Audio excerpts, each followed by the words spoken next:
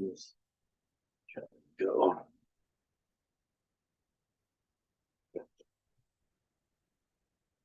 The docs app.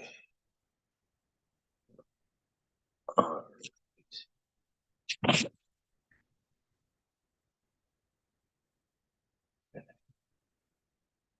right. Shalom, everyone. I'm Brother Doug with the Awakened by Yahuwah Assembly and Yahuwah Almighty Yahushua Messiah. My mom, Sharon Williams, she's or sister Sharon, she's right next to me to the left here. You guys can't really see her because I have the camera facing kind of near me here, which she'll be behind the camera where she's sitting. So, but you guys will hear her. So just wanted to say also happy new moon day to all of our brothers and sisters out there. Chag Semak, Rosh Kadash.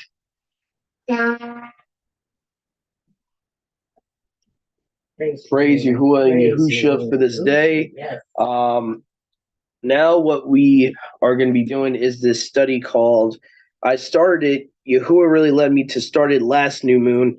It was called the areas that the Samaritan Torah, Aramaic Peshitta, Latin Vulgate, and the Targums, all of those manuscripts, areas where they agree with the Septuagint over the Masoretic text. So we're going to go to certain specific cross-references, passages in the Tanakh, Old Testament, where the Masoretic is the odd person out in those references, showing how the Septuagint is a superior, more a legitimate manuscript of the scriptures than the Masoretic text. So that's kind of the purpose of this study. So I'm going to try to put a shared screen for you guys here. So let me do that now. Okay. Let's see here. Just bear with me, guys, for a second. All right. Let me make sure also my volume's all the way up.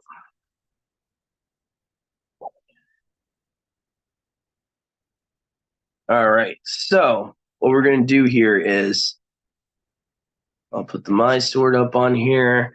So the first verse we're going to go to from my list is Leviticus 23:11. So we're not going through the whole chapter. We're specifically looking at certain passages that are different between the LXX and the Masoretic text. Okay. Now, here we go. So we got Leviticus 23:11.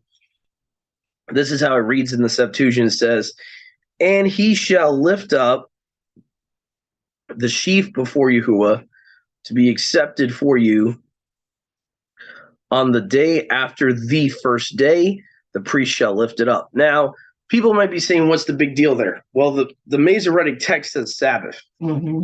Why this is important is, okay, let's use some common sense here. What week is he talking about here? When do they lift the Omer? They lift the Omer during the week of unleavened bread, right? What's the problem with it just saying Sabbath? How many Sabbaths are in the week of unleavened bread, Mom? Well, number-wise, how many Sabbaths are in that 1 week? I think it's 3 because there's two. Okay. You have the day after. You have the first day of unleavened bread. That's a Sabbath. Right. Then actually, technically, I have to correct myself. You're right. So there's 3 technically, because you have 2 high Sabbaths in that week and a Shabbat and a weekly Sabbath. Yeah. So the problem with it just saying the day after Sabbath, which Sabbath? The reason the Septuagint says after the first day, think about it. What is it saying there in context? After the first day of unleavened bread.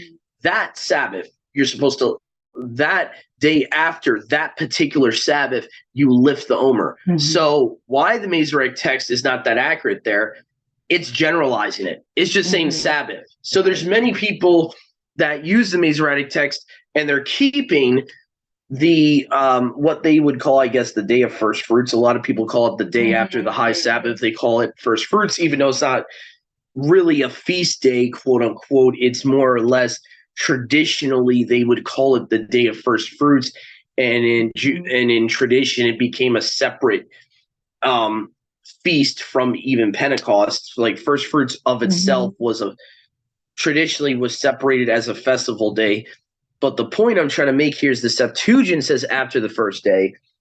The Targums, and I have this on my little bullet point here on my Google Doc here. It says here for one of the Targums, and actually both of the Targums, if we go here, it will agree with the Septuagint and actually even expounds further than saying the day after the first day. It actually says in the Pseudo-Jonathan Targum, it would say the day after the festival day. Also in the Targum on Kalos, it would say the day after the feast of Pascha, Passover. So again, the Masoretic's the oddball out. You have 3 manuscripts saying it should say the day after the first festival of Passover. What does that mean? The first day of unleavened bread. That is the first festival day. Passover was Passover. Passover was not considered the same feast as the Feast of Unleavened Bread. So you must have that understanding to understand what this verse is saying. It's saying that the day after that high Sabbath is when you lift up that offering, the grain offering, the Omer. So when you have a manuscript that's just saying the day after the Sabbath, what's going to happen? People are going to keep the day of first fruits on the wrong day because they're not going to know. Like, think about it, Mom. Would you know which day it is if it just says Sabbath? There's 3 Sabbaths in the whole week. So that's why it's important, because people want to say, oh, well, I could still figure out that it's the high Sabbath. But most people don't. That's the point. Most people don't. Most people would think, oh, well, it means the weekly Sabbath, which is wrong. And there's a whole big debate back in the first century about this passage. The Sadducees were on our side. The Pharisees, they believed it was the weekly Sabbath. So, and all that. And I think I got that right. It might be the other way around. But the point is, there was even debate in Yahusha's day on that passage. So for people saying that Sabbath, they could still understand by just saying the day after the Sabbath, I would respectfully disagree. Many people don't understand that passage fully because it's generalized like that. Anyway, but so let me see here. Verse 14 says, and you shall not eat the bread or the parched grain until this same day, until you offer the sacrifices to your Elohim, this perpetual statute throughout your generations and all your dwellings. So let me see here. Okay. Yeah, I think that's about it. Okay, my bad. I meant to put on the doc verse 12, I think is what I was trying to put as the next bullet point. Verse 12, I think, also differs when you look at the Masoretic. Let me just see here. Oh, no, never mind. So we're going to move on here from that. I don't think there was any other bullet point I really had there. Okay, this is why I had it there. Verse 14 in the Pseudo-Jonathan Targum would read that it's talking about ripened grain.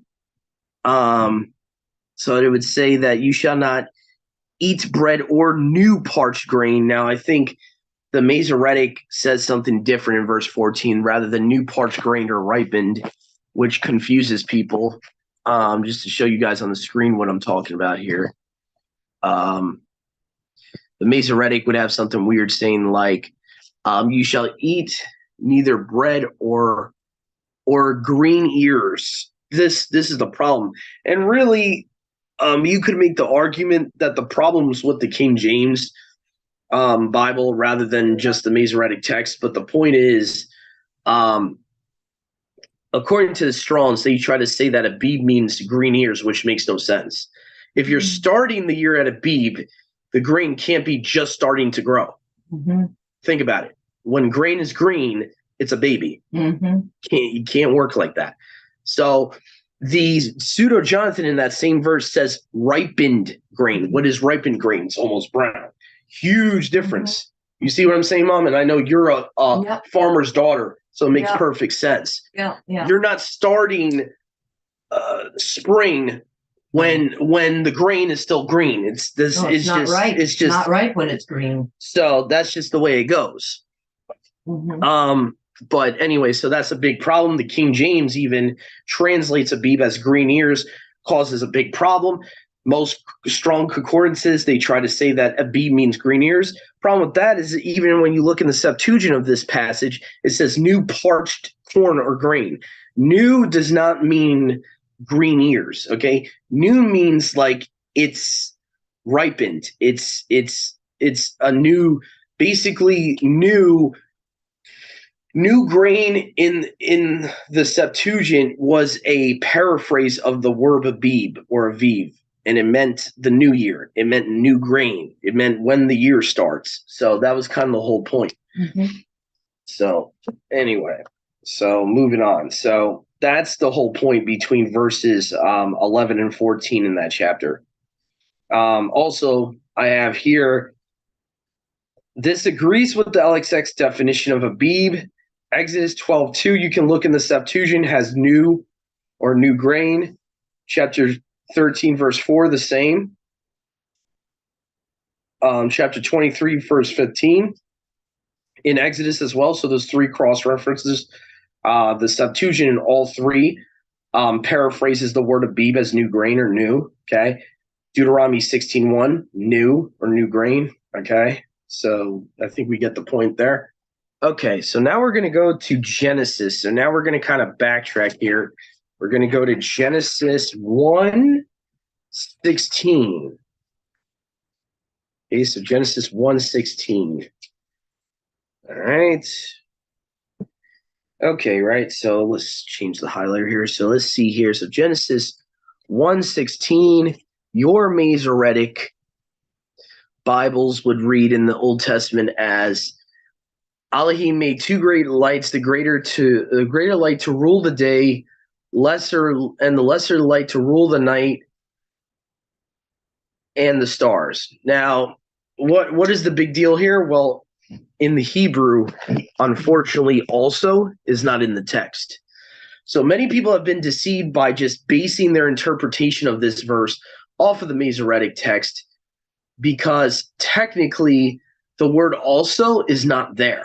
So it would just say he made the lesser light to rule the night and he made the stars. Problem is that without the word also, people have tried to somehow combine the stars and the moon as the lesser light. Because what they'll say is that the moon is not referenced in this verse and that the stars are referenced as the lesser light. I would disagree. It's not what the text is saying. But anyway, that causes a problem for some people. Now, when you look at the Septuagint, though, in the Greek of the Septuagint, the word also is actually in the Greek, okay? So it would say that he made the greater light to rule the day, lesser light to rule the night, and the stars, meaning the stars also. And you see that also in the Samaritan Pentateuch. Let me just see here. I got to see here. Just want to make sure I'm right about that. Let's see here. So when you look at this, you look at Genesis 1:16. So you have the Septuagint saying also actually in the Greek. You have the Samaritan Pentateuch saying the stars also. And let's see what else. Let's go to one of the Targums here. And see, this is where people get confused because, so the Samaritan Pentateuch and the Septuagint both say also and the stars. Now, where it gets confusing is certain versions read it as and the stars. So what they try to say is the moon and the stars are the lesser light. It's not what the text is saying.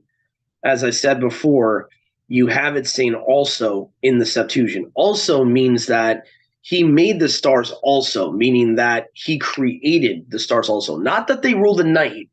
Not that they're the one. Now I will say this. The Bible does say that the moon the lesser light and the stars together rule the night, but that doesn't make them the same luminary. I want to make that very clear. Right. Jeremiah does say that he made the stars to rule the night with the moon, not that they're the same thing as the moon, or that they're the lesser light and the moon's not the lesser light, because there's another doctrine out there that says that, which doesn't make any sense at all. So if you actually look at what the text is saying in context, it's saying that he made the lesser light. He made the lesser light to rule the night, and he made the stars also. So the stars also is a whole separate statement. But because certain manuscripts don't have the word also in the text, they try to basically use a straw man argument. So that's another reason I am a supporter of using the Septuagint rather than the Masoretic for that. So, now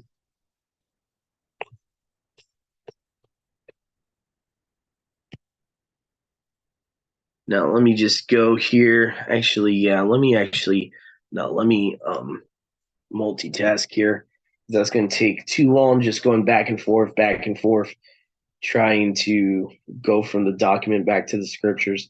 Okay, so that was Genesis 1:16. We got Genesis 2:6.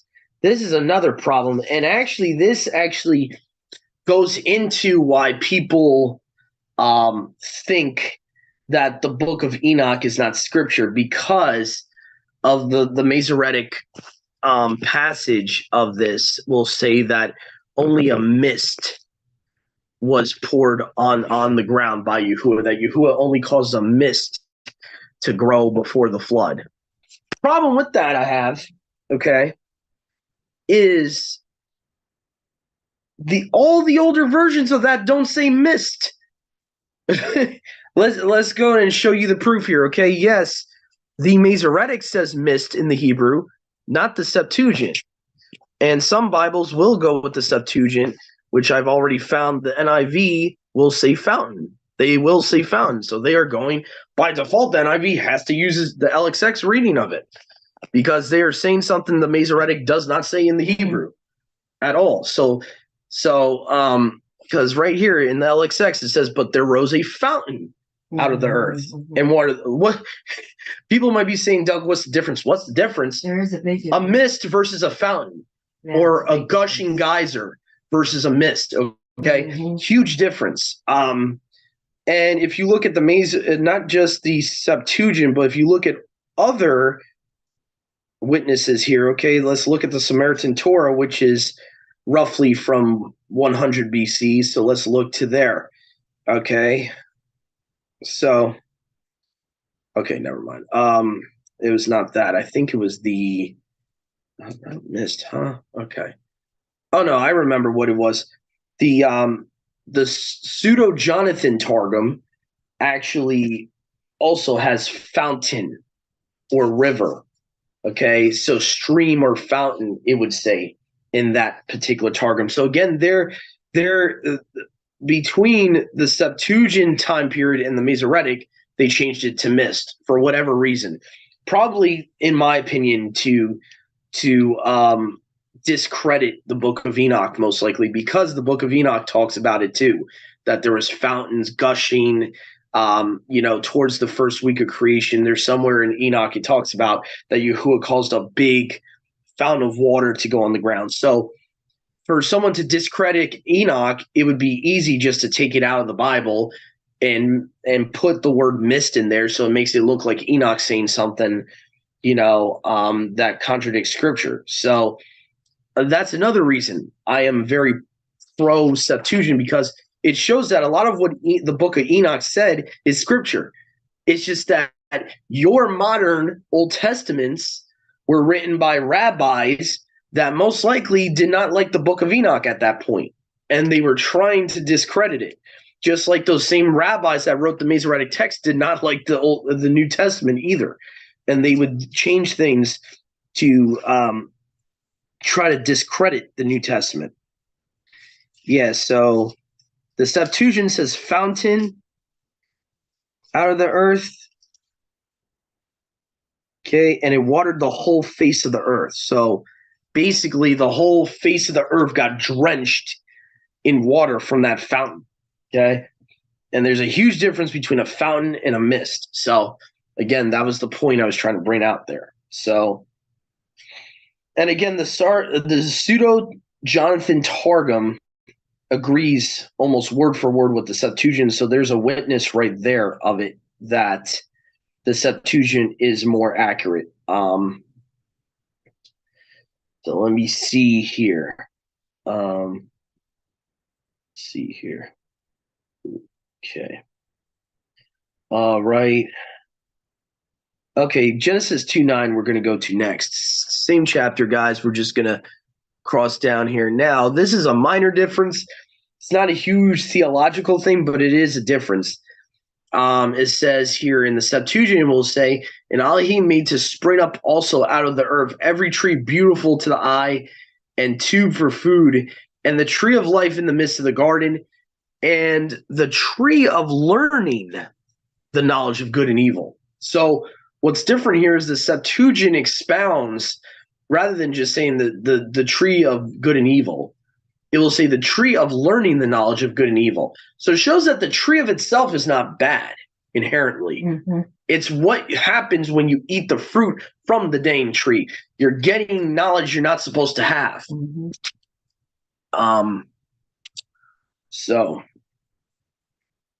And I believe this is where the Vulgate, the Onkelos also says learning between good and evil. So the Targum Onkelos, it's very similar in this passage, but the Masoretic leaves out the word learning.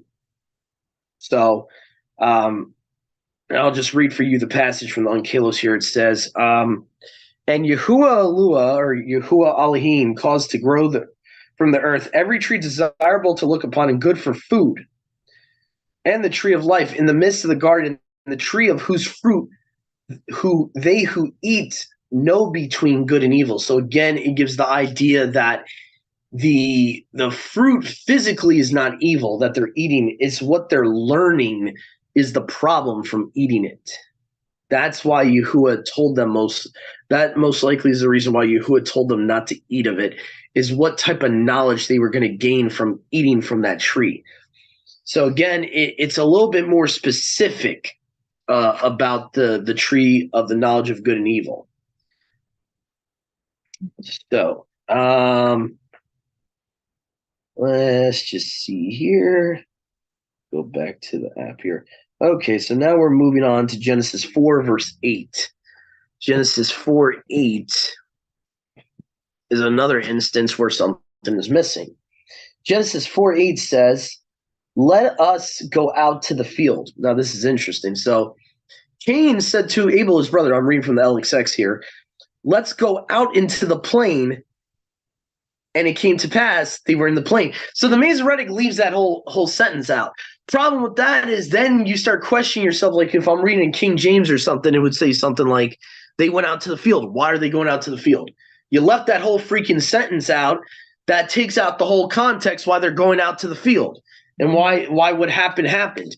So we can see here, Abel, it's premeditated in his heart and his mind. Mm-hmm. He's saying, hey, bro, let's go out to the field. That's left completely out of the Masoretic text in Genesis 4, verse 8.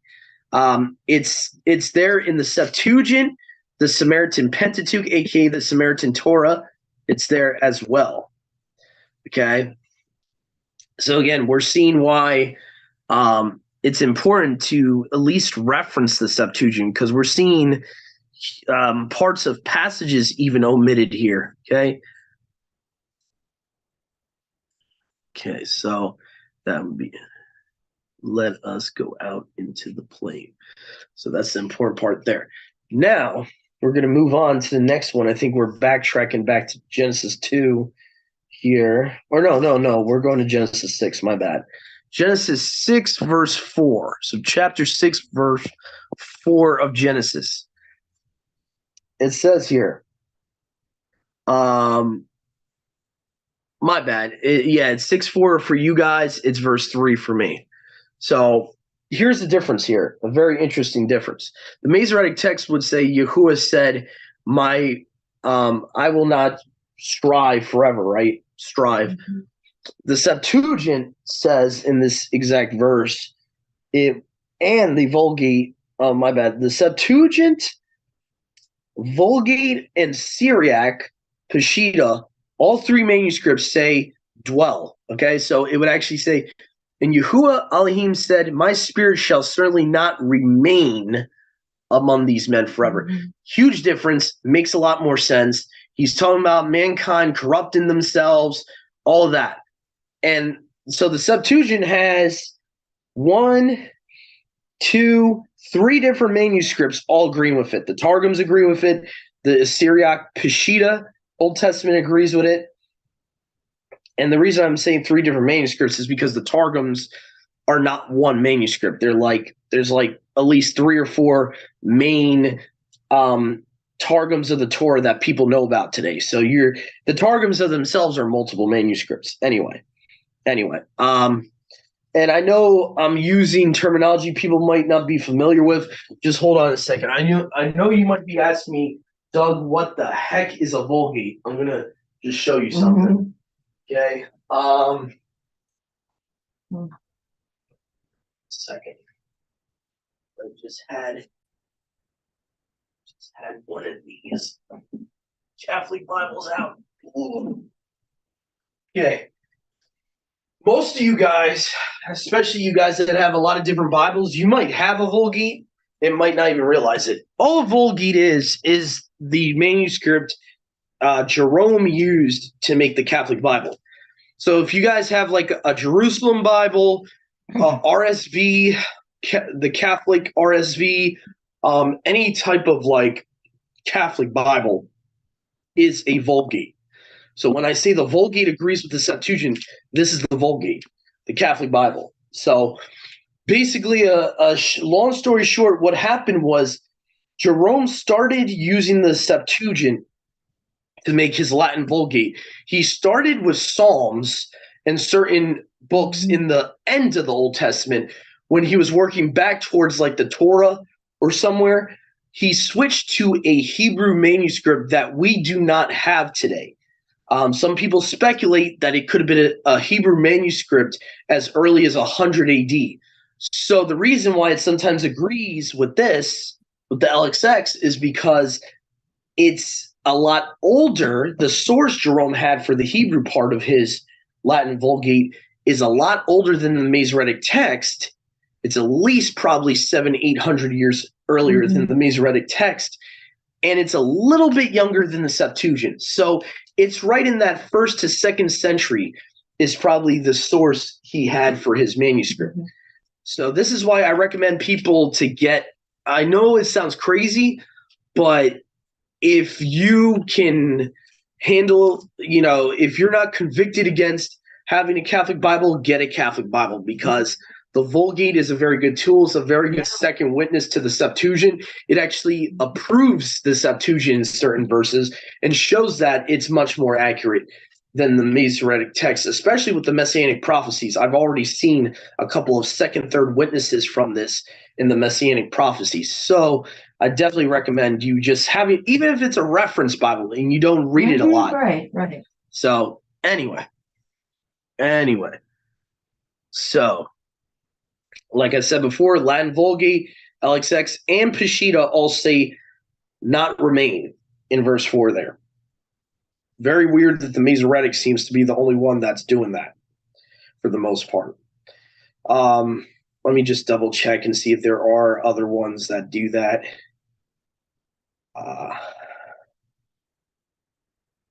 Yeah, I mean, the Ankylos doesn't say remain, but it at least gives the idea it's talking about his presence. It's not talking about striving, okay? The Targum Ankylos would say, and Yahuwah said, this evil generation shall not stand before me forever. So what does it mean to stand before Yahuwah in his presence? He's not going to dwell in your body if you're not in his presence. It's kind of the same thing. It's just paraphrased a little bit. But that's the point I'm trying to make there. So the only second witness you guys to play devil's advocate, would have for the Masoretic is the the Aramaic Peshitta says strive there, but you have 3 or 4 other witnesses for the Septuagint. I still think the Septuagint wins there in Genesis 6:4, just because there's so many other witnesses for it, and it just makes more sense in context. So let's just see here. Okay. All right.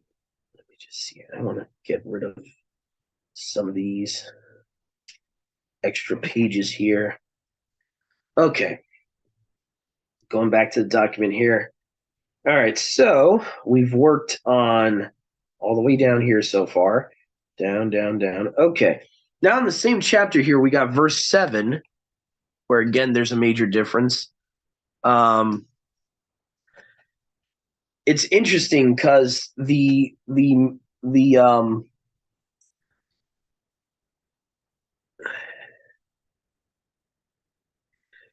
verse 6, you could even say, is a difference here, because it says, Alua laid it to heart that he had made man upon the earth, and he pondered deeply.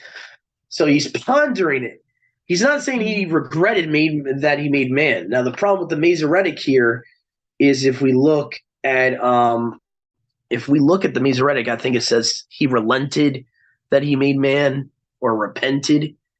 Very weird that he would just say that just because they became wicked and they went astray, that altogether now he's regretted from ever making mankind. Very weird to me. I always thought that was a weird passage. I think the Septuagint makes it way more sense in that verse, and I just want to see if any of the other manuscripts agree with the Septuagint in that verse 6 there.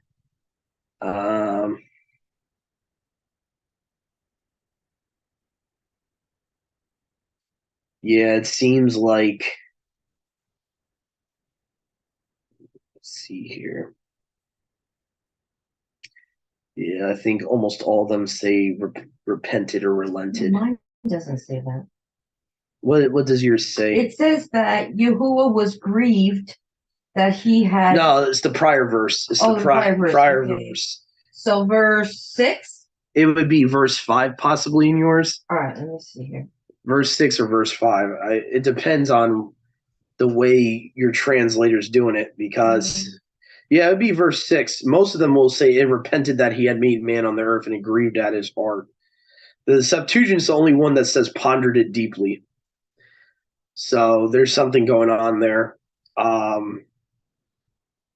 Yeah.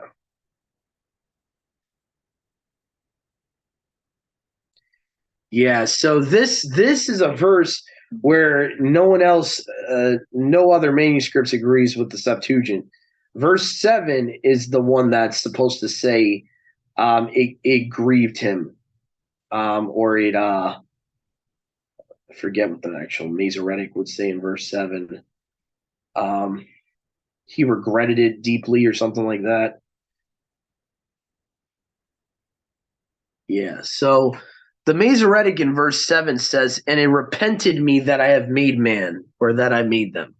So the Masoretic would say that he's repenting or regretting making man, which is very weird.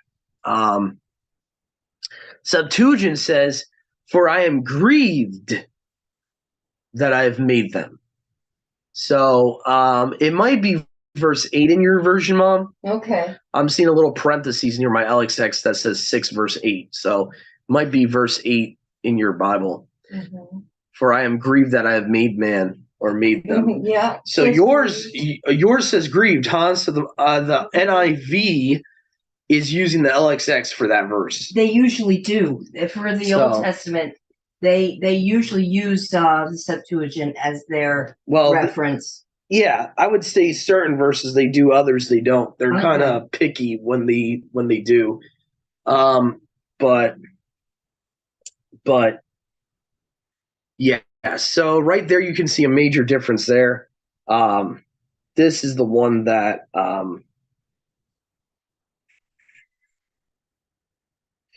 And the Vulgate, by the way, guys, actually agrees with the Septuagint. It says here in the same verse, it says, I will eliminate man whom I have created from the face of the earth, from man to other living things, from animals even to the flying things of the air, for it grieves me that I've made them. Difference here is in the Masoretic Hebrew, they chose the word repent rather than grieve. Grieve is a lot different than regret or relent, guys. Grieve is like you're mourning over something. Regret means it's a mistake. I don't want to do it again, you know? So what makes more sense? Who is mourning over mankind whom he loves, and we know he loves for a fact, or he just regrets he ever made them and he doesn't want to make them again. Huge character difference. Big difference. Yeah. Huge character difference. And that's why I am pro Septuagint over Masoretic. This is another instance why. So let's see here. Let's go back to the document here. Google Docs. Okay. So we're moving on to the next one here, Genesis 6:11.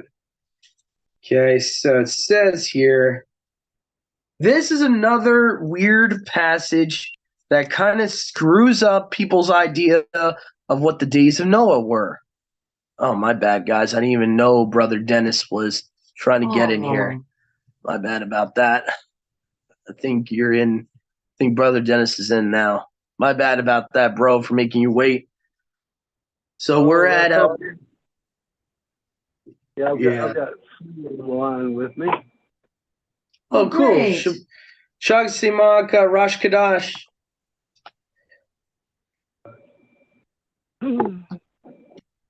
Rosh Kadash Samek. Hey, so we're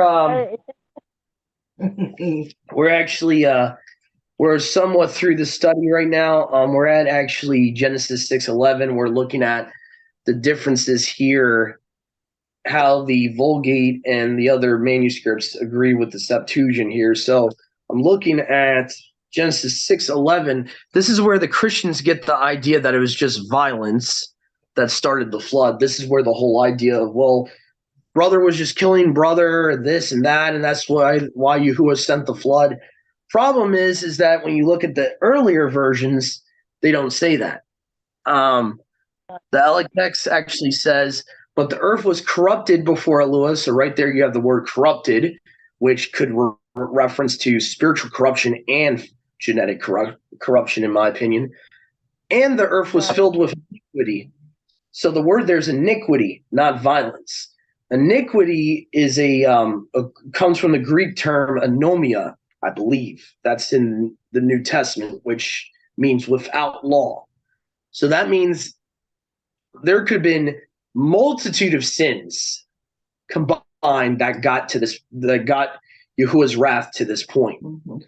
Okay, so there could have been not just murder or violence. There could have been, obviously, we knew there was a certain type of fornication going on. Obviously, we knew there was other specific multitude of sins going on that the Bnei Elohim, the sons of Yahuwah, the messengers taught. Okay, so when we look at the Septuagint version, it makes a lot more sense with the pre-flood narrative. And then the Targum also says lawlessness, iniquity. So there's multiple witnesses to the LXX reading of Genesis 6:11. So that's just another witness there. My next bullet point, we have Genesis 8 verse 4. So we got Genesis 8 verse 4 here. Both the LXX and the Vulgate says, actually verse 5, my bad.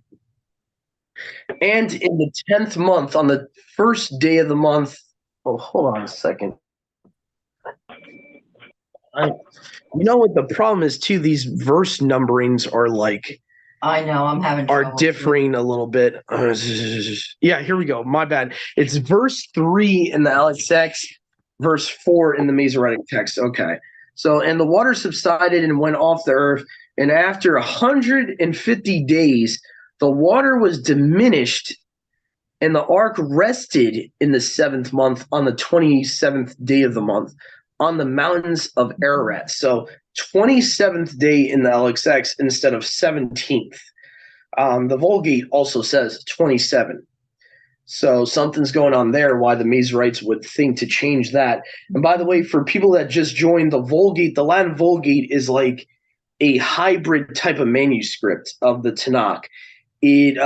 Jerome in I think it's like 380, 390 AD, made the Vulgate by using the Septuagint first for Psalms and certain books of the Tanakh. He used the Septuagint and translated it into Latin. But once he got to the Torah, for some reason he thought the Hebrew was going to be more accurate.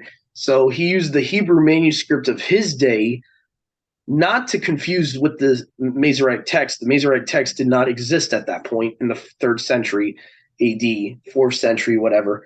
There was no such thing as the Masoretic text back then. We're talking about like 7 years prior to the, not 7 years, 700 years prior to the Masoretic text even existing.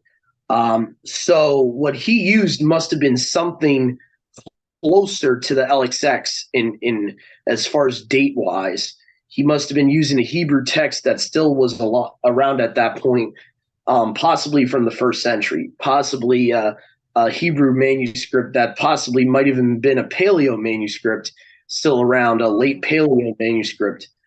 Because there's, as we see here, there's verses here that are almost identical to the Septuagint. So that is one thing I do like about the Catholic Bible is they do use a earlier Hebrew manuscript than the Masoretic. Not to say that it's perfect, but let me see here. So our next bullet point is Genesis 10, verse 26. Now, this is another problem with the Masoretic text where they omit this person named Canaan, or however you want to pronounce his name, the other Canaan. Canaan is omitted from the genealogies. This guy named Canaan, who's also in multiple extra biblical accounts as historical accounts. This guy supposedly was supposed to be in the lineage, I think, of, let me see here. It's supposed to be Peleg. Okay, so you got, let's see. Let's see, maybe verse wrong here. Yeah, my bad. Verse 24 of the Septuagint. Verse 24, I got to fix that. So verse 24 of the Septuagint, probably 25 of other manuscripts. Yeah, so 10:20, Genesis 10:24 or 25, depending on what Bible you're looking at. So it would say, Arphaxad begot Canaan, and Canaan begot Selah, Selah begot Eber. So this Canaan that's missing, he's supposed to be, I guess, the grandfather of Eber. It was because Canaan begot Selah, Selah begot Eber. Yeah, he would be his granddad. So by the way, the Samaritan Pentateuch also has him in that genealogy. So this guy Canaan, for whatever reason, they, I guess, didn't like him too much. They wanted to get him out of the genealogies. So there's extra biblical traditions about him in certain books that I don't necessarily consider scripture, but this guy Canaan is in those books, mentioned in those books. So there seems to be, from the best that I can tell, and Yahuwah willing, I'm going to leave you guys that Wikipedia article I have about this guy. Supposedly, the rabbis at some point did not want to include him. The speculation or theory is that they didn't want to include him in their genealogies of modern manuscripts. So he got omitted out of it. So anyway, on with us. What happened? Oh, I'm just asking who all is on with us. Oh, it's just you, me, Dennis, and my mom. Oh, okay. Yeah, Joshua ahead of time that Brother Yahusha told me actually ahead of time he might not be able to make it today, so he did give me a heads up. Yeah. All right. let's see here. So the Canaan verse is there in verse 24. Let me see here. What is the next bullet point I have here? By the way, the name of our study for those that just joined is called Areas the Targums, the Samaritan Torah, the Vulgate, and the Peshitta agree with the Septuagint. So we got like a whole list here of certain verses that give added witnesses to the Septuagint. Let me see here. I think we're at Genesis 11:11. Now, this is a big thing too here, guys. This is where this is how I know certain literature like Jasher is not scripture. The Masoretic text tries to take away some of the ages of people so that Shem can live long enough to be able to meet Abraham. When you look at the Septuagint, almost every patriarch in this chapter has an extra 100 years on their age. So when you actually look at it, and I'll show you guys in this, I think we went through it last time, but I'll reiterate it. When you actually look at Shem, his death is actually noted here in this chapter in both the Septuagint and the Samaritan Pentateuch. It says, and Shem died, which the Masoretic leaves out. So they're obviously trying to promote an idea that he would have been Melchizedek or whatever. They're trying to find a way to make Shem live to be like 800 years old or whatever. So right here in verse 10, you can see here on the screen, it says, and these are the generations of Shem. Shem was 100 years old when he begot Arphaxad, the second year after the flood. Then in verse 11, Shem lived, and after he had begotten Arphaxad, 500 years. So really, he died around like 650 about. And he begot sons and daughters and died. So right there, he's dead. So by the time Genesis 14 rolls around, he can't be Melchizedek. So this is what the Masoretic does. If you have a Masoretic Bible, like the Scriptures, the Hallelujah Scriptures, whatever, they leave that phrase out in verse 11. So they're obviously trying to promote some type of rabbinical tradition about Shem. Now, as we go to the ages here, too, you have Arphaxad lived for 35 years. It's supposed to be saying 135 years. Then he conceived Shelah. Arphaxad lived for 303 years, conceived sons and daughters. Like, it goes through the whole list. I really recommend you guys check out a video called, I think the name of the video is called Were the Pyramids Built Before the Flood? I know the name of the video sounds kind of like, what does that have to do with these genealogies? He just names it that because in the start of the video, he talks about whether he thinks pyramids were built in the pre-antediluvian era, but that's not really what the video is about. I would recommend skipping about 6-7 minutes past it in that video, and he goes through the whole Masoretic LXX debate about how 3 witnesses against the Masoretic text show that the Masoretic text took 100 years off these patriarchs' ages, so that instead of 134, it says 34, and to make it look like Shem would have enough time to be alive still when Abraham's going around. So that's the major issue with Genesis 11 with the Masoretic text. The Samaritan Pentateuch agrees with the LXX in this chapter with the genealogy. So to me, that's another proof that the Septuagint is superior in that area. Let's see here. We got Genesis 15, verse 2. This is interesting. So we look at Genesis 15, verse 2.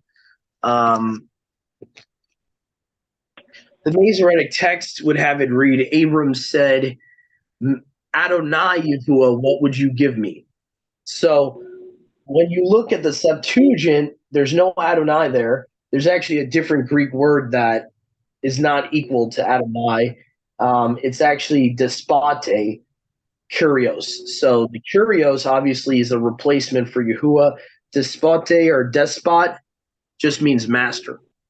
So Master Yahuwah. And so now in the Onkelos, it's very interesting because the Targum Onkelos kind of shows a oneness going on because it will say Yahuwah Elohim or Yahuwah Elua. Let's see here. Yeah, so the also the Vulgate says that as well. The Vulgate shows as well that there is no Adonai there. The Targum Onkelos says Abraham said, Yahuwah Elohim, what will you give me? And I go without a child. This son of business who is in my house is the son of is Damascus Eleazar. So then you go to the Vulgate, same thing with the Vulgate here. Instead of Adonai, it's Yahuwah Elohim, what will you give to me? I may go without children. The son of the steward of my house is this Eleazar of Damascus. So you have three witnesses here that Adonai should not be in the text there. So that's kind of what I was bringing up there with Genesis 15, verse 2. So let's see here. Let me go back to the document here.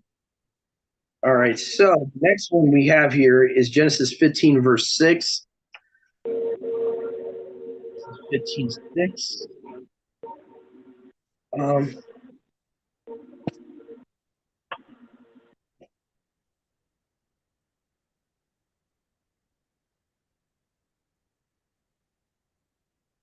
So yeah, Genesis 15, verse 6 in the LXX and Vulgate has Elua, and the Masoretic has Yahuwah. So interesting difference here. So I just found that as an interesting difference, not that big of a deal, but just an interesting difference. Verse 8 here, the LXX, Onkelos, and Vulgate, all three again do not have Adonai. It would either read Yahuwah or Yahuwah Elohim, or in the Septuagint, you would read, despot Kurios, despot master. Kurios is obviously the Septuagint for Yahuwah, so it would read Master Yahuwah in the Septuagint. So moving on to verse 21 of this chapter, it says, and the Amorite. So right here, this is the interesting difference here. And the Amorite and the Canaanite and Girgashite and Jebusite. Now, what's interesting here, the Masoretic text leaves out Hivite for whatever reason. The Masoretic leaves out Hivite in Genesis 15:21, which I find very weird because the Hivites would not be dead yet. It doesn't make sense to leave them out. When you look at the Septuagint or the Samaritan Torah, both of them have Hivite in that verse. So it would say the Amorite, the Canaanites, the Hivites, the Girgashites, and the Jebusites. So very weird to me. Mom, does your NIV have Hivite? No. Huh. It says Hittites. Yeah, it's not supposed to say Hittites. I think it does. I mean, no, you're on the wrong verse. Last verse. Okay. 21, right? Yeah. Your version might have 22 verses, maybe. Just go to the last verse of the page. No, 21's the last verse. Okay. When it says 21, it just says Amorites, Canaanites, Girgashites, and Jebusites. It's the previous verse, 20, that says, it definitely says Hittites. Yeah, but the Hivites is what we're talking about. No, I don't see that anywhere. There's no Hivites in NIV. Okay. Just checking. Yeah. So, because all versions have that in the previous verse. Okay. Yeah. So, the LXX and the Samaritan Torah have Hivite in that verse. So, we have, again, something being taken out by the Masoretic text. Let's see here. Genesis 21, verse 2. So we're going to go to Genesis 21, verse 2. LXX and the young Kalos both have Yahuwah here. Very interesting. So the Masoretic might have Elohim. Oh, they have Yahuwah. Why? Huh. Oh, verse 2. Yeah, so verse 2 in the Masoretic has Elohim. It would say, at the set time which Elohim had spoken to him. Now, I find it very weird why they would change that.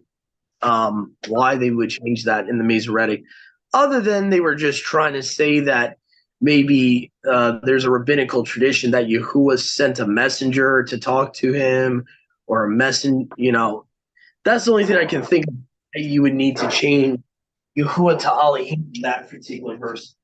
Mom, could you possibly read?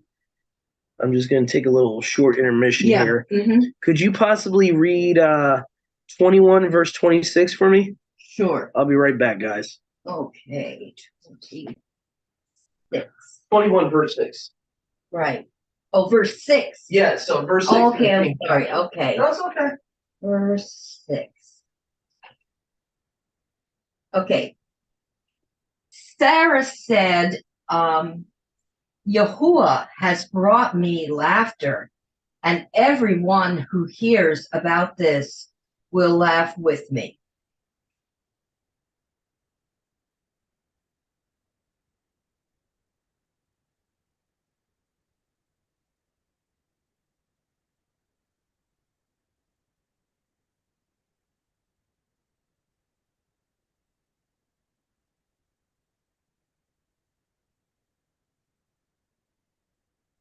I'm just thinking about how something similar happened in the Brit Hadashah concerning this sort of thing.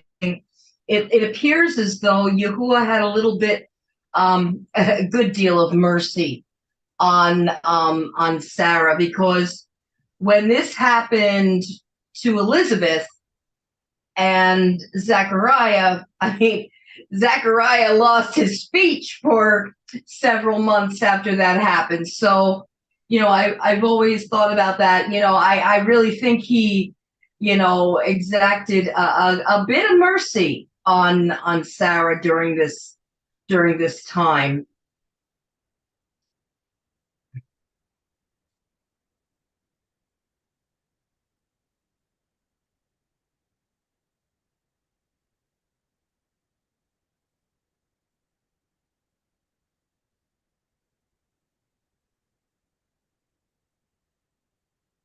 Hey, Mom, the Zevia sodas, where do we?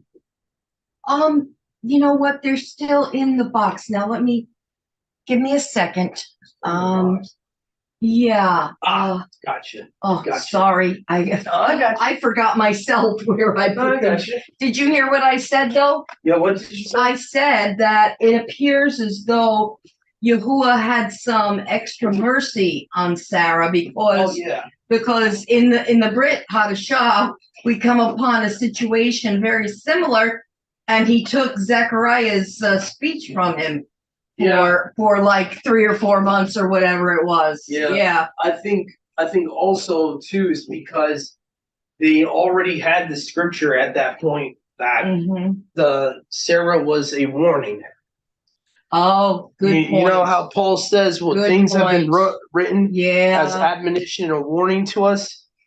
Good point. So it's like you already have the warning, and then you go out and have lack of faith. That's right. Yeah. That's the difference. Yeah, so that is a good point. Let me see here. So we were at verse 60, right? Ooh. Stupid phone. I'm just trying to pull this closer, okay? Yahuwah has made laughter for me, for whoever shall hear shall rejoice with me. I remember there's a reason why. Okay, this is why. Because again, the LXX and the Targum say Yahuwah, where the Masoretic would say Elohim or Elohim. And to me, it's just very strange why they're picking these particular passages. I wonder if in a rabbinic tradition they don't accept Yahuwah coming down from heaven to earth. It's possible. And I know that at some point in time with the two powers in heaven concept, after Yahusha came and did what he did and claimed to be who he claimed to be, they slowly started changing the oneness concept to now you have a lesser, Yahuwah, quote unquote. And so that's the only reason I could see them changing Yahuwah to Elohim there. Because it's only 2 times in the chapter that they do it. It's like almost intentional. So there has to be a reason why they're doing it.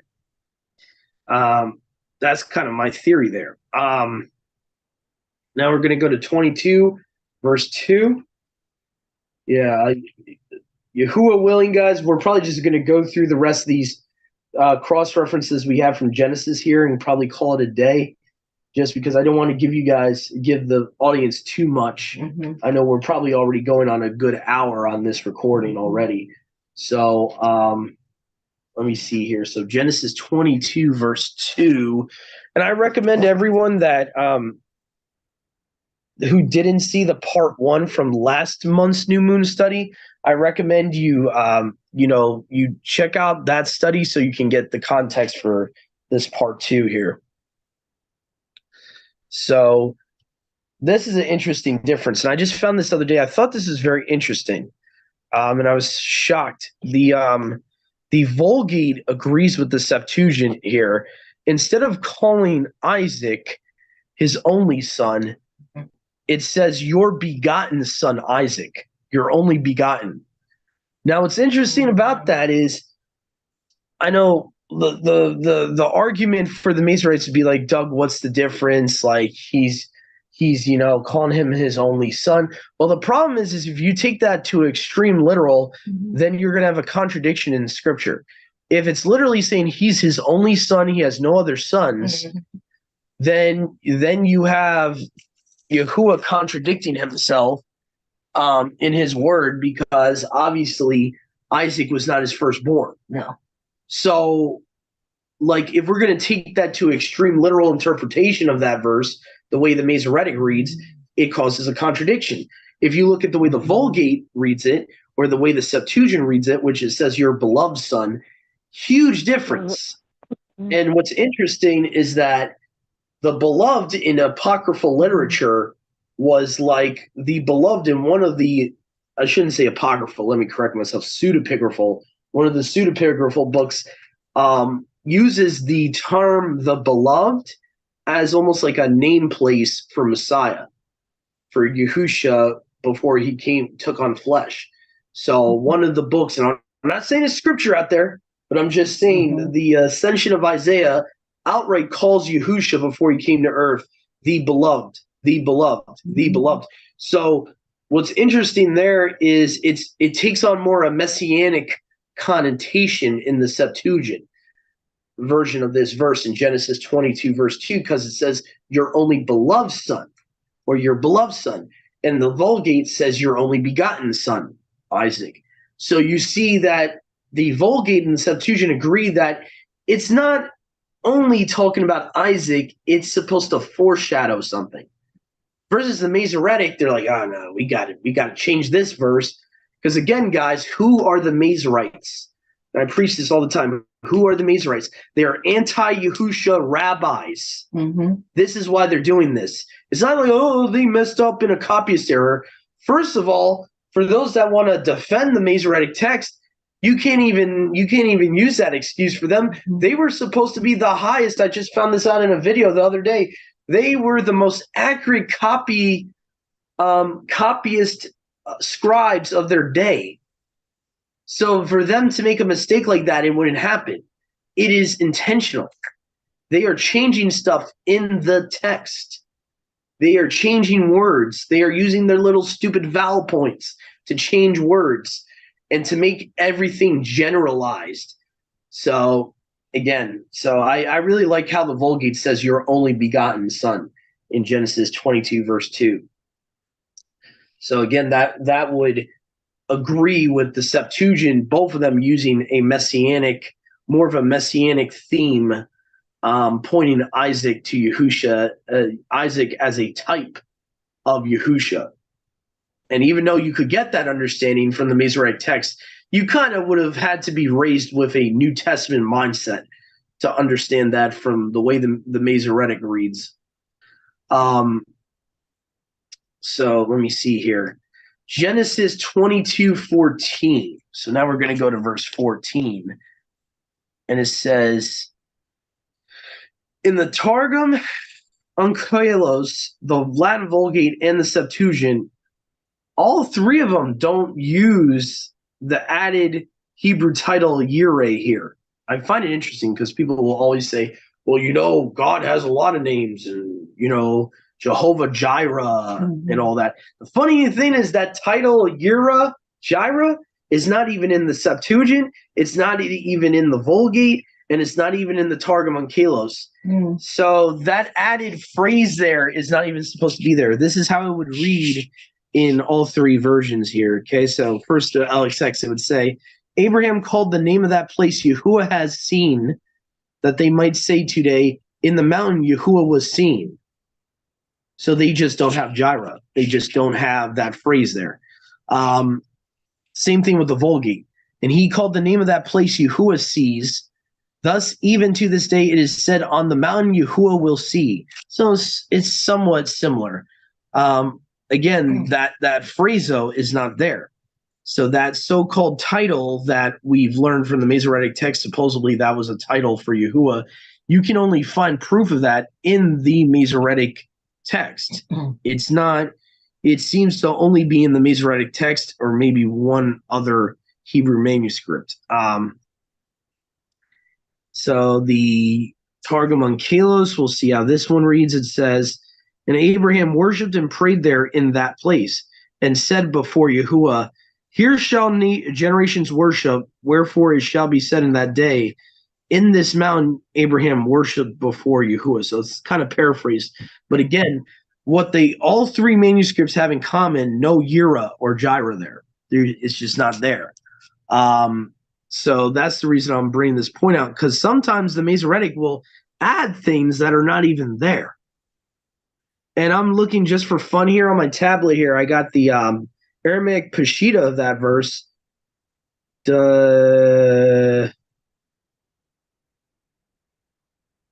Oh, they do have it, but they paraphrase it as Yahuwah will provide.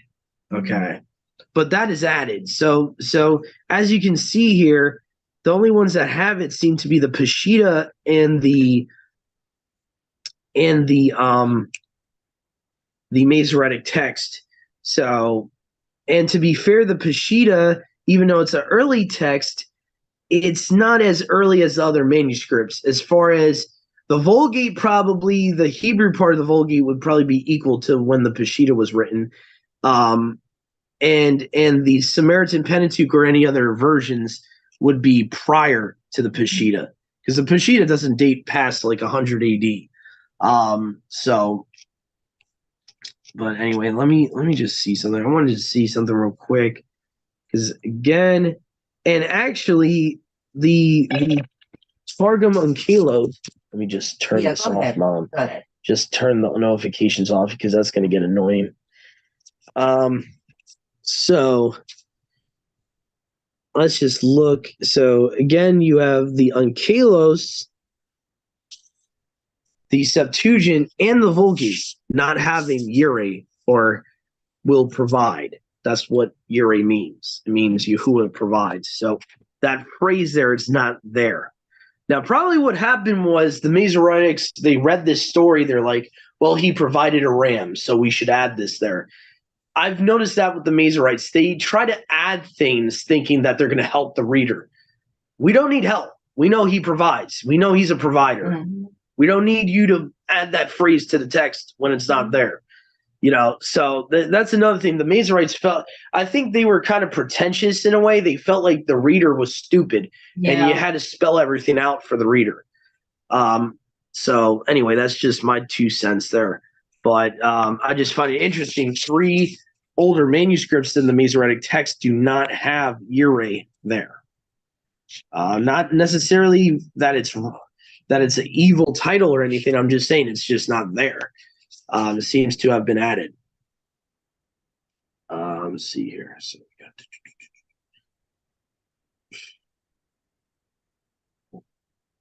22 verse 16 again.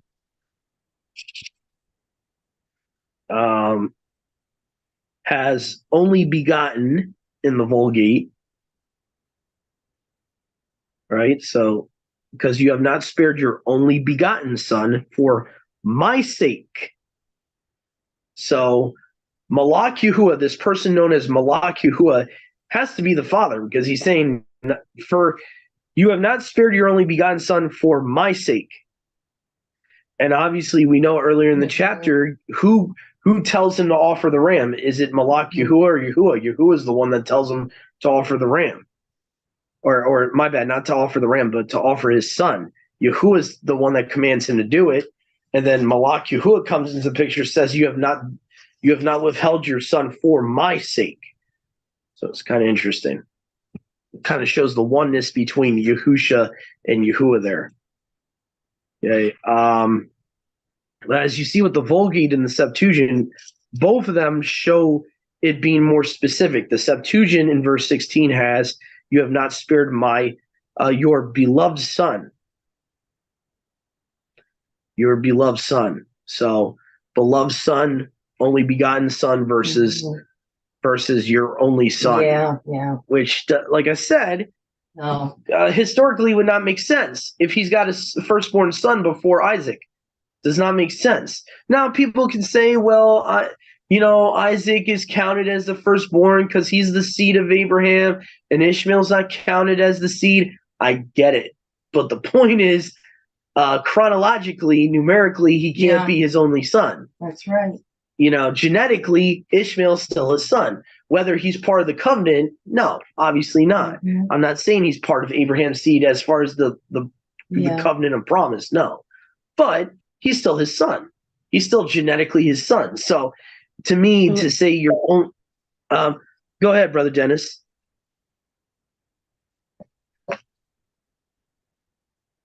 Go ahead, Brother Dennis. You wanted to say something?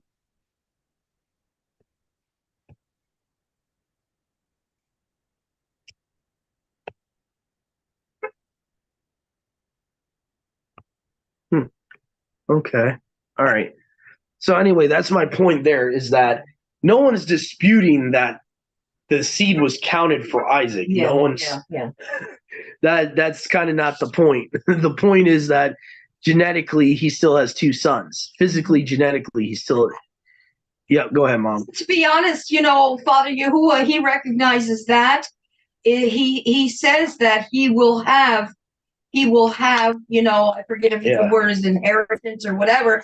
He doesn't just. It says that he would be great. Like, there's a prophecy tells about 12 nations, great nations will come from him. So he's not just putting him out in the cold like a redheaded stepchild. He's Father is acknowledging him as a son, but he's not the son of promise. He's not the, like you say, the seed of Abraham's line. So there is a definite difference, but he's not like counted as nothing either. Mm-hmm. Yep.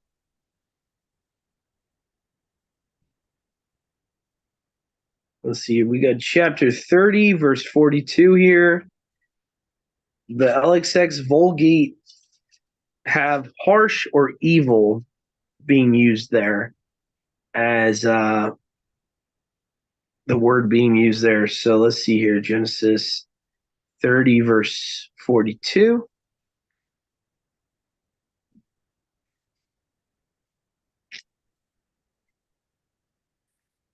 Yet when the late arrivals and the last to conceive were let in, he did not place these. And so those that arrived late became Laban's, and those that arrived first became Jacob's. Let's see. Let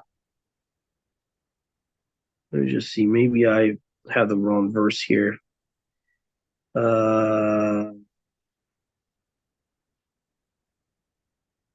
Okay. Oh, I see what I have here. It lacks feeble. Okay. Yeah, so both the Septuagint Vulgate and also the Targum Onkelos do not have the word feeble there.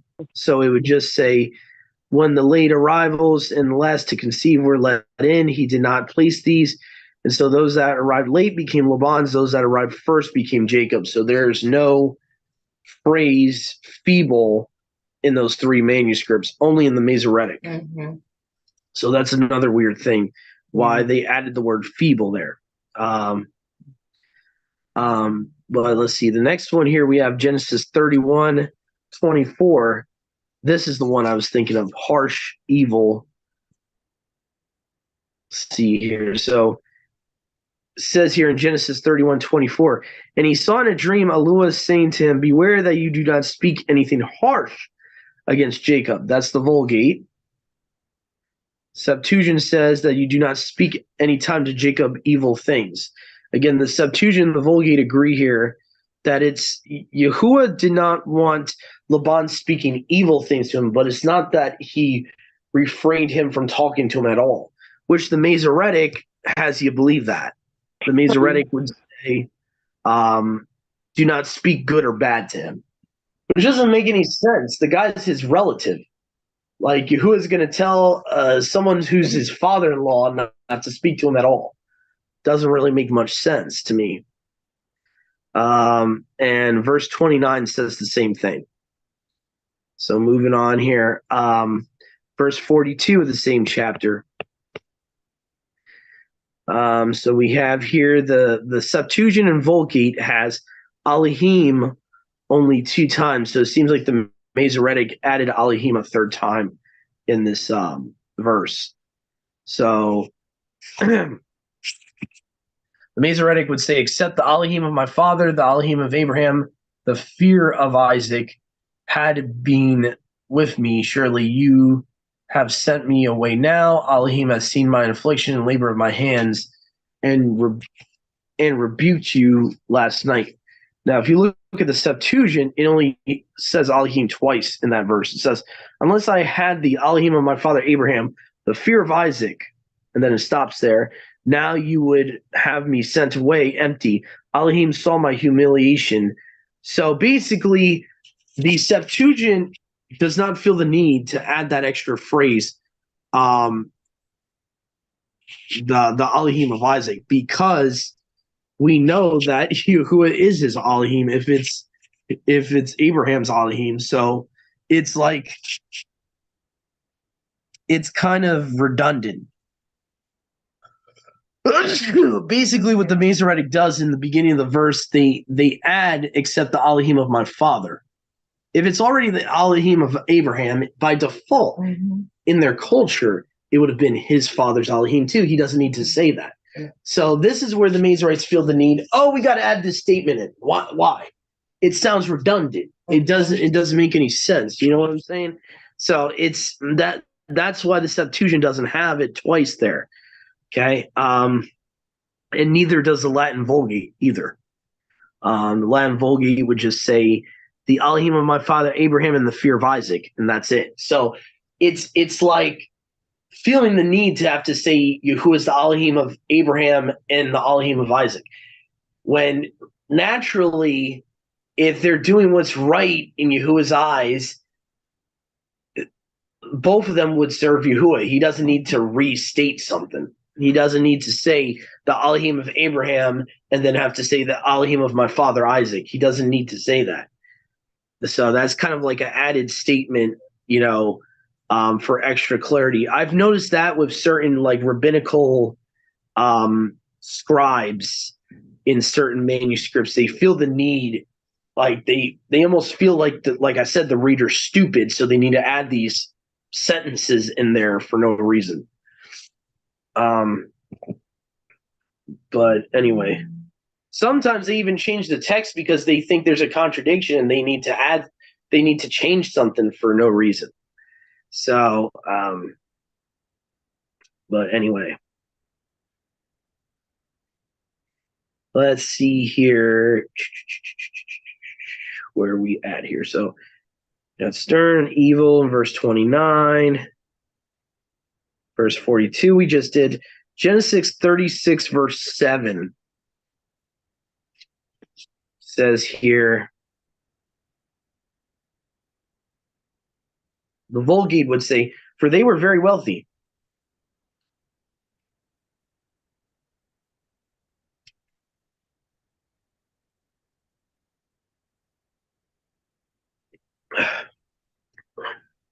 For they were wealthy, very wealthy, and they were not able to live together. Neither was the land of their sojourning able to sustain them because of the multitude of their flocks. Mm-hmm. So the Vulgate and the Septuagint have multitude, where I think it's a little different in the Masoretic here. I think it would say, so it just says because of their cattle. The Masoretic doesn't seem to include the word multitude of cattle, which is a little weird. That time they should have been more specific, but they leave that out. Yeah. Genesis 39, verse 4. The Septuagint, Vulgate, and Samaritan Torah all have his master. Okay, so say Genesis 39, verse 4. And Yusuf found favor in his sight. That's how the Masoretic reads, just says his sight. So whose sight? Makes it generalized in the Masoretic. But when you look at the other three manuscripts, like I said, the Latin Vulgate, the Septuagint, the Samaritan Torah, it says, and Yusuf found favor in the presence of his master. So again, these are the places where the Masoretes should have been more specific and should have not taken anything out. Because now you're talking about who is he finding favor with. His could be anyone. It could be talking about Yahuwah, it could be talking about a human master, but it's not giving you any context. Genesis 41, verse 21. Let's see here. So here it says the Septuagint and Vulgate have the word I slept at the end of it, where the Masoretic leaves that out. So it would say, and they went into their bellies, and it was not perceptible that they had gone into their bellies, and their appearance was ill-favored as also at the beginning, and after I awoke, I slept. So basically, the Vulgate and the Septuagint have an added phrase there that would say, as soon as I woke, I went back to sleep, basically is what it's saying. Now, for whatever reason, the Masoretic does not have that phrase. It just says, so I awoke. So that to me is a little weird there. Let's see here. Genesis 42, verse 19. The LXX and the Vulgate lacks famine of your houses, which is very strange to me. So let's see here. So so the verse here would say, if you be true men, let one of your brothers be bound in the house of your prison. Go you carry grain for the famine of your houses.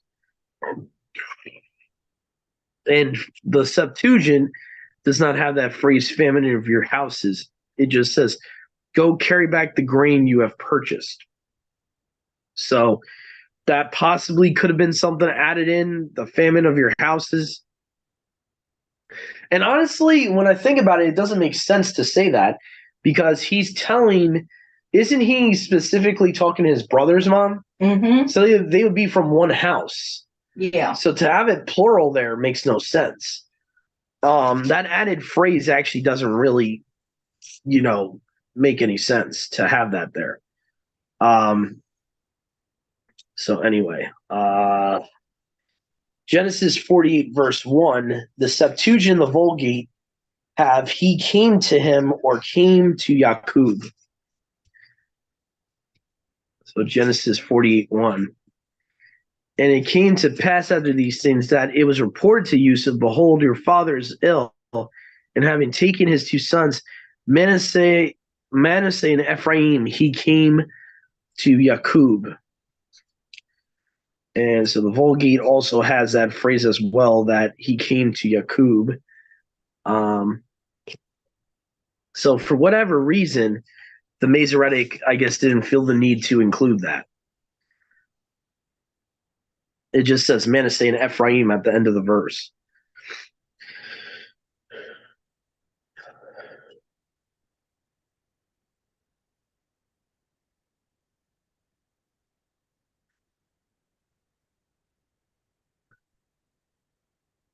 So now we're going to go back to, actually, since we're in 48, let's go down to verse 14. So right here we have Genesis 48:14. The LXX and Vulgate lacks Manasseh the firstborn. Which I find interesting, because if you think about it, right, Mom, didn't at this point didn't Yahuwah inspire their dad to actually Barak Ephraim instead of Manasseh? Yes. So it's interesting that the Vulgate and the Septuagint lack in verse 14 Manasseh the firstborn.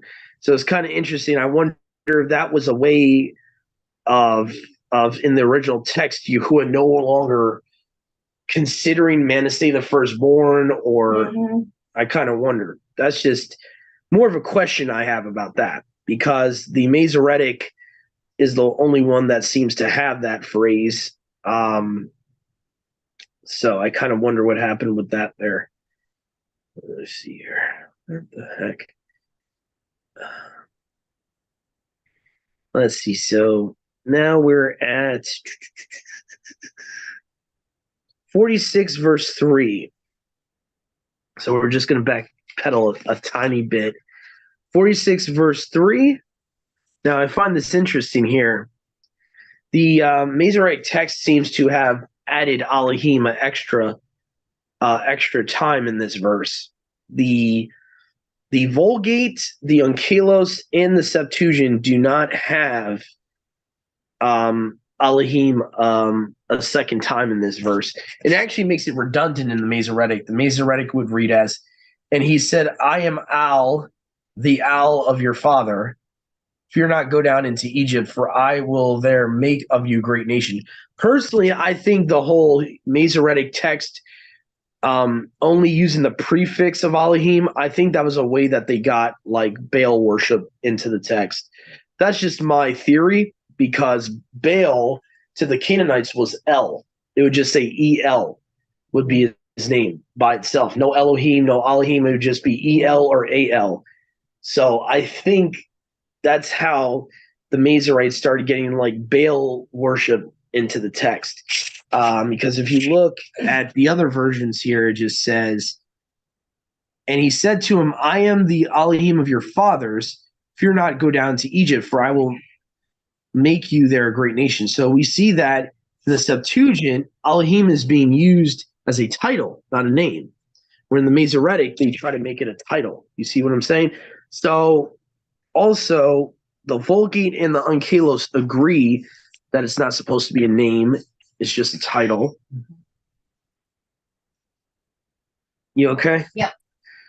Okay, actually, let me correct myself. They do use it as a name in the Vulgate, but it says, Elohim said to him, I am the most strong Elohim of your father. So at least the second time it's being used as a title.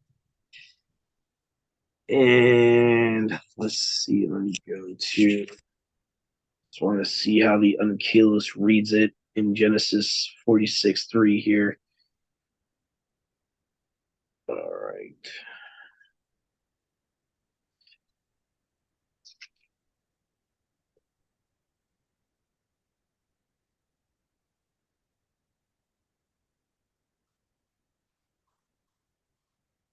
Okay, so in the Onkelos, it would read as,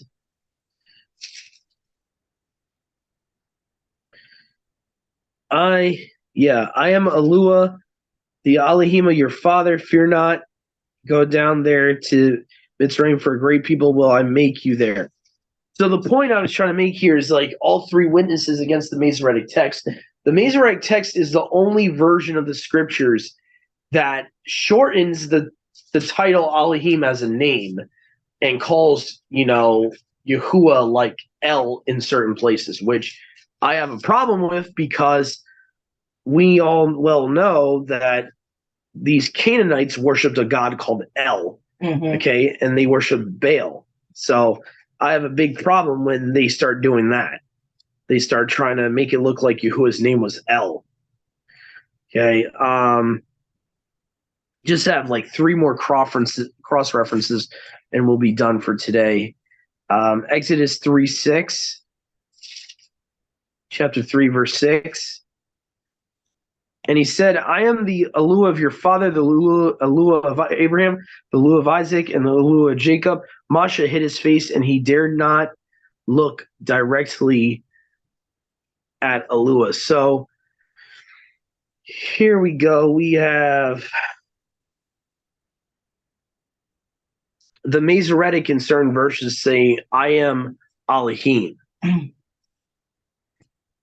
Now, what's interesting here is the Septuagint and the Onkelos actually say, let's see here. Okay, hold on a second here. Stupid thing, stop timing out. Okay. Let me see here. Oh, my bad. I think I meant to put verse 4 here. Okay, 4 was the one I was looking at. In the Masoretic, 4, I believe, would say Elohim, actually. So you look at the Masoretic, it says, and when Yahuwah saw that he turned aside to see, Elohim called unto him out of the midst of the bush and said, Masha, Masha, and said, here am I. Now, the way that reads in the Masoretic, it's almost like there's 2 people in the bush. You know what I'm saying?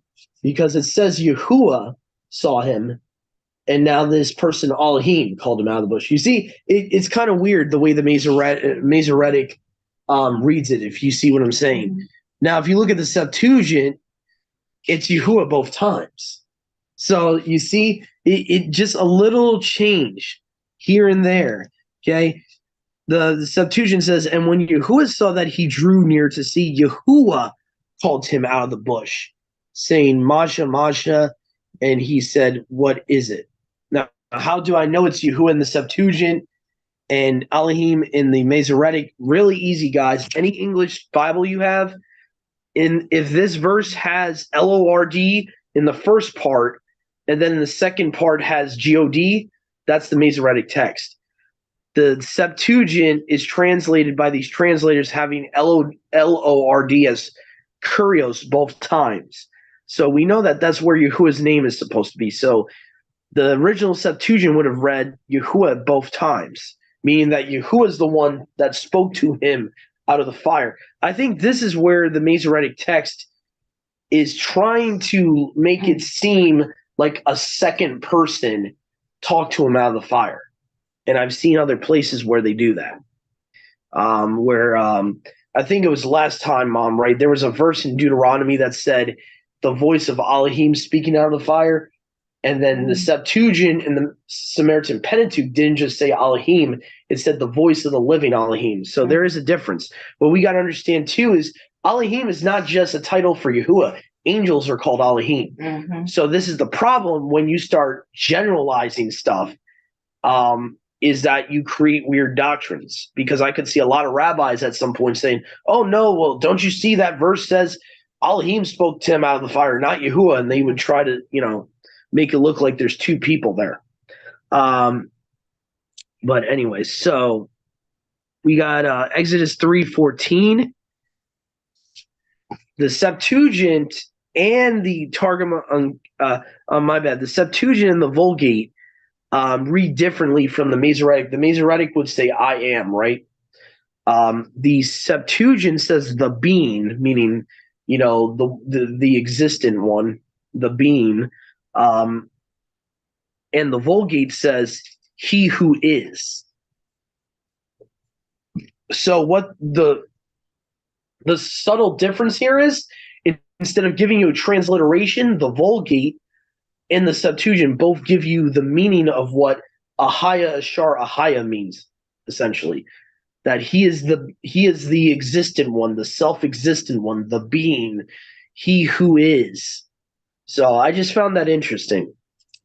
Exodus 4:24. To me, this was a big deal. This is one that's a big deal. and I believe they were trying to take Yahusha out of the text is what happened.